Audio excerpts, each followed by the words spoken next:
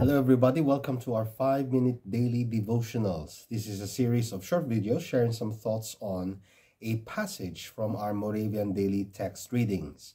And we continue our studies sa sulat ni Pablo sa mga Galatians with a passage from Galatians chapter 5 verse 19 to chapter 6 verse 5. Now from yesterday, we understand that Paul is encouraging the believers and encouraging you and me to live in the freedom that we have through Jesus Christ. And we can only do that kung tayo ay pinapangunahan. We are led by the Spirit. In verses 16 to 18, he encourages us that by living a life led by the Spirit, we are saying no to our fleshly desires. Yung sarili nating kagustuhan, yung ating sariling mga pagnanasa. And only by doing so can we overcome the penalty, the standard set by the law, knowing that by ourselves we cannot do it. We will never ever be able to fulfill the demands of the law. But only with the Spirit working in our lives, being led by the Spirit, can we actually overcome and fulfill God's standards. We continue on sa ating pagbabasa with the passage in verse 19. And Paul explicitly mentions what are the things that will characterize a life being led by the flesh. In verse 19, we read, "Now the works of the flesh," yung gawa ng laman, yung pagnanasa ng ating sariling kagustuhan, are evident. The works of the flesh are evident. Sexual immorality, impurity, sensuality, idolatry, sorcery, enmity, strife, jealousy, fits of anger, rivalries, dissensions, divisions, envy, drunkenness, orgies, and things like these. I warn you, as I warned you before, that those who do such things, and this is from the Word of God, as written by Paul, those who do such things will not inherit the kingdom of God. So the kingdom of God is set for people who do not engage in these matters. Now, you might say, well, that's a long list, Ronald. In fact, marami pa siyang dadagdag dito kasi sabi nito, in things like these. Meron pa gusto siya in this lista, pero that should give you a flavor of what it is like to live a life under the flesh. You might say, hindi ko naman ginagawa lahat yan eh.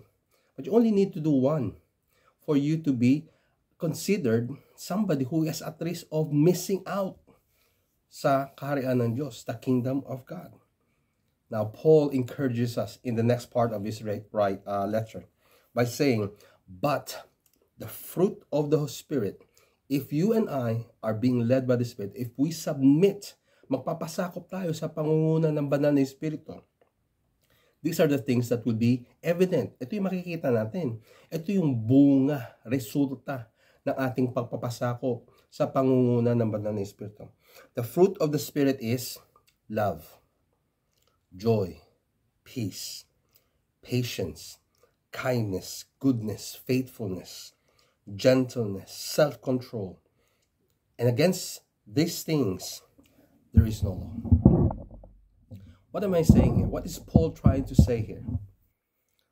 If we put ourselves sa impluensya at pangunguna ng sarili nating kagustuhan, we will miss out sa kaharian ng Diyos.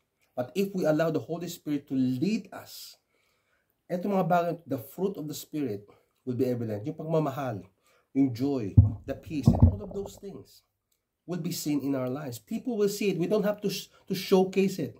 People will see it. Para kang tumingin sa isang puno. Paano malaman ko anong puno yan? Sa bunga. Hindi tayo kailangan maging botanist o specialist sa panghalaman para malaman, ay, puno ng saging yan, puno ng bayabas yan, o yan, puno ng mansanas yan, o yan, puno ng gano'n. Sa bunga, malalaman mo. You shall know them by their fruit. Paano mo malaman kung isang tayo Kristiyano kung mga bagay nito nakikita?